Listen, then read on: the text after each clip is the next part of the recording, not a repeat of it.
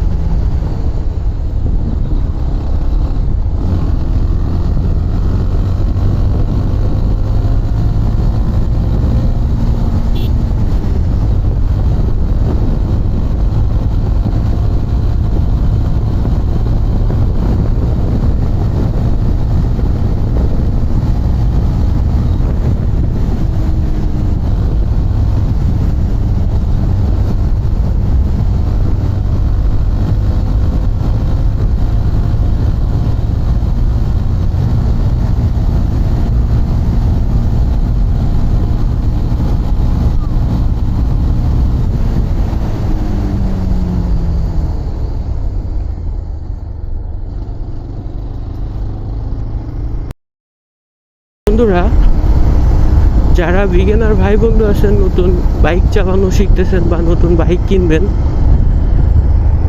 আসলে একটা বাইক কেনার পরে অনেক মেনটেন্যান্সের দরকার হয়, বাইকটাকে যত্ন করার দরকার হয়, রক্ষণাবেক্ষণের দরকার হয়। তো আজকে সেই বিষয়টা নিয়ে আপনাদের সঙ্গে একটু আলোচনা করব। আসলে কিভাবে আপনার বাইকটা যত্ন সহকারে ব্যবহার করলে দীর্ঘদিন ধরে খুব সুন্দরভাবে রাইড করতে পারবেন এবং আপনার বাইকটা দীর্ঘদিন ভালো থাকবে, সেই সম্পর্কে কিছু আলোচনা করব আজকে। তো বন্ধুরা, আমি একটু ফাঁকা জায়গায় যেয়ে দাঁড়াই। আমি এখন আছি ব্রিজের উপরে, ছোট্ট একটা ব্রিজ। এইখানে দাঁড়ায়ে কথা বলা আসলে ঠিক হবে না। আমি এখন একটা ফাঁকা মাঠে যাব, যে ওইখানে দাঁড়ায় আপনাদের সঙ্গে আলোচনা করব। তো বন্ধুরা, দেখতে থাকুন সম্পূর্ণ ভিডিওটা শেষ পর্যন্ত। সম্মানিত ভিউয়ার্স, আমরা দীর্ঘদিন ধরে বাইকটা রাইড করার জন্য আমাদের কিছু কিছু জিনিস ঠিকঠাকভাবে নিয়মিত মেনটেনেন্স করার দরকার। তো তার ভিতরে আপনার সর্বপ্রথম যেটা রক্ষণাবেক্ষণের প্রয়োজন, বাইকের চেন। এইটা বাইকের জন্য সবচেয়ে বেশি গুরুত্বপূর্ণ একটা জিনিস।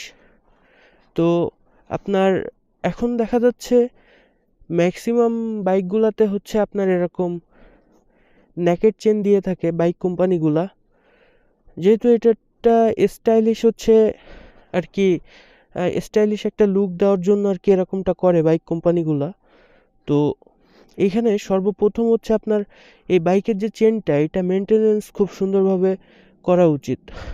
আপনার একটা জিনিস খেয়াল রাখতে হবে, সেটা হচ্ছে আপনার এই বাইকের চেনটা যেন সবসময় ভেজা থাকে, লুব্রিকেন্ট বা গিয়ার অয়েল, অথবা আপনি কাঁচা মোবিল ইউজ করতে পারেন দোকান থেকে নিয়ে। তো সবসময় খেয়াল রাখবেন চেনটা যেন ভেজা ভেজা থাকে। আর কিছুদিন এইভাবে রাইড করলে আপনার চেনের উপরে ধুলাবালি জমে একটা ময়লার একটা হচ্ছে স্তর তৈরি হয়ে যায়। তো ওইটা কোনো ব্রাশ ট্রাশ দিয়ে পরিষ্কার করে রাখার চেষ্টা করবেন। ইনশাল্লাহ আপনার চেনটা দীর্ঘদিন ধরে আপনি ইউজ করতে পারবেন বাইকের। চেন স্পকেটে কোনো সমস্যা আসবে না। 50-60 হাজার কিলো ইজি অনায়াসে আপনি রান করতে পারবেন ইনশাল্লাহ। তারপরে দ্বিতীয় পার্টে আমি আসি, সেটা হচ্ছে বাইকের ব্রেক প্যাড। আপনার বাইকের ব্রেক প্যাড মানে বাইকটা দীর্ঘদিন ধরে চালানোর ফলে আপনার ঝড় বৃষ্টি কাদার ভিতরে তো বাইক চালানো পড়ে অ্যাজ ইউজুয়ালি। তো সেক্ষেত্রে এই যে বাইকের এই যে প্যাডটার ভিতরে ময়লা জমে, ময়লা জমার কারণে আপনার এই প্যাডটা টাইট হয়ে যায়। টাইট হওয়ার ফলে আপনার চাকা তো তখন কম ঘুরবে, কারণ মানে অটোমেটিকলি ব্রেকের কাজ করে দেয় আর কি, মানে ব্রেক ধরে থাকে এরকম একটা অবস্থা। এটার জন্য আপনার ক্ষতি হয়, সেটা হচ্ছে এই যে মানে ডিস্কটা কিন্তু নষ্ট হয়ে যায় আস্তে আস্তে যদি এই অবস্থায় দীর্ঘদিন ধরে বাইক রান করা হয়। তো সেক্ষেত্রে আপনার এই বাইকটা 1000-2000 কিলো বা 3000 কিলো পরপর ব্রেক প্যাডটা একটু পরিষ্কার করা বা আপনার হচ্ছে খুলে এটাকে সার্ভিস করা এটা উচিত। তাহলে দীর্ঘদিন ধরে আপনার বাইকের ডিস্কটাও ভালো থাকবে, ব্রেকটাও ভালো থাকবে ইনশাল্লাহ। তো সম্মানিত ভিউয়ার্স, এবার আমরা আসি 3 নম্বর পয়েন্টে। 3 নম্বর পয়েন্টে যেটা হচ্ছে বাইকের সবচেয়ে গুরুত্বপূর্ণ একটা বিষয়, সেটা হচ্ছে আপনার বাইকের ইঞ্জিন অয়েল।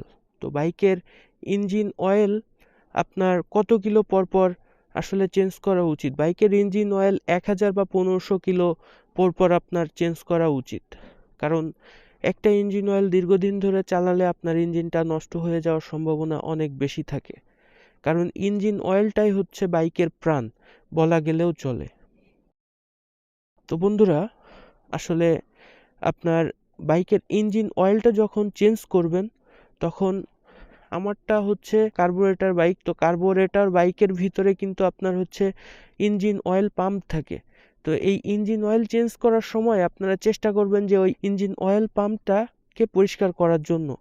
আর যারা এফআই বাইক ইউজ করেন তাদের তো আপনার ইঞ্জিন অয়েলের জন্য ফিল্টার থাকেই, বাট এই কার্বোরেটর ভার্সনগুলোতে ম্যাক্সিমাম ফিল্টার থাকে না। আর বিশেষ করে হচ্ছে এই যে বাজাজ কোম্পানির বাইকগুলো, তো যে বাইক চালান তো সেই বাইকের উপরে ডিপেন্ড করে, যেটাতে হচ্ছে আপনার ইঞ্জিন অয়েল ফিল্টার থাকবে এক্সট্রা, সেটাতে আর ওইভাবে মোবিল পাম্প থাকে না। আর যেটাতে মোবিল পাম্প থাকে সেটাতে ইঞ্জিন অয়েল ফিল্টার থাকে না। দুইটার কাজই একই, বাট দুইটা দুইভাবে ইউজ করা।